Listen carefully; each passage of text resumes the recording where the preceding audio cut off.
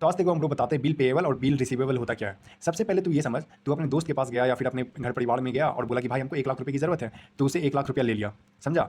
अब 2 केस हो सकता है यहाँ पे। तू जिससे उधार लिया, तो उसको जब 1 लाख रुपया वापस करने गया, तो बोला भाई हम 1 लाख नहीं तुमको 1.5 लाख रुपया दिए थे। तो बोला नहीं भाई 1 लाख रुपया ही दिया था। बोला ना हम 1.5 लाख रुपया दिए थे।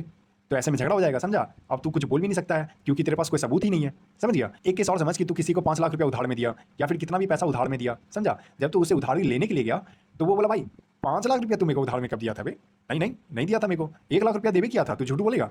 अब भाई तेरा दिमाग खराब हो गया, तू 5 लाख रुपया दिया, वो बोला नहीं भाई तू 5 लाख नहीं 1 लाख रुपया उधार में दिया, समझा? तो इसमें होगा क्या, मैटर हो जाएगा। तो इस मैटर से बचने के लिए क्या होता है, एक बिल बनवाते हैं हम लोग जिसको बोलते हैं बिल पेएबल, और एक बिल बनवाते हैं बिल रिसीवेबल। मतलब बिल पेएबल का मतलब होता है कि हम तेको जो पैसा वापस करेंगे, समझा?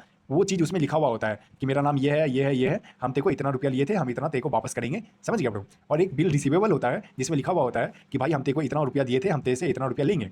अब इससे फ़ायदा क्या होता है? ये होता है एक रिटेन प्रूफ होता है तेरे पास कि हम इसको इतना दिए थे, हम इससे इतना लेंगे, समझ गया? हम इससे इतना लिए थे तो हम इसको इतना देंगे।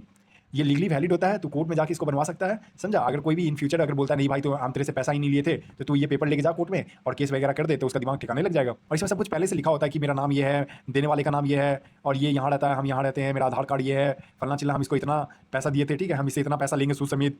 ये सारा चीज़ लिखा हुआ होता है और इतने तारीख तक ये मेरे को पैसा देगा, अगर नहीं देगा तो इसके ज़मीन पे हम कब्जा कर लेंगे, फलना-चिल्ला ठिकाना लिखा होता है, समझ गए आप लोग? तो सिंपली भाषा में ये समझाते हैं, देखो बिल पेएबल जो होता है, वो बनाया जाता है जो पैसा उधार लेता है ना उसके लिए, ताकि इन फ्यूचर जब उधार वापस करे तो कोई मैटर ना हो जाए। और बिल रिसीवेबल वो उसके द्वारा बनाया जाता है जो पैसा उधार देता है, ठीक है?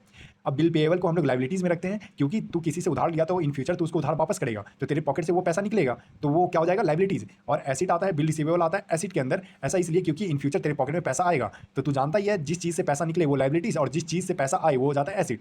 समझा कि नहीं ब्रो? तो सिंपल भाषा में तू समझ गया। अगर तेरे को अभी भी कोई डाउट हो तो तू कमेंट कर, कमेंट में तेरे को बता देते हैं, ठीक है? और तू तब तक वीडियो को, चैनल को सब्सक्राइब कर दे और वीडियो को लाइक कर दे। तब तक के लिए चलते हैं, मिलते हैं अगले टॉपिक में।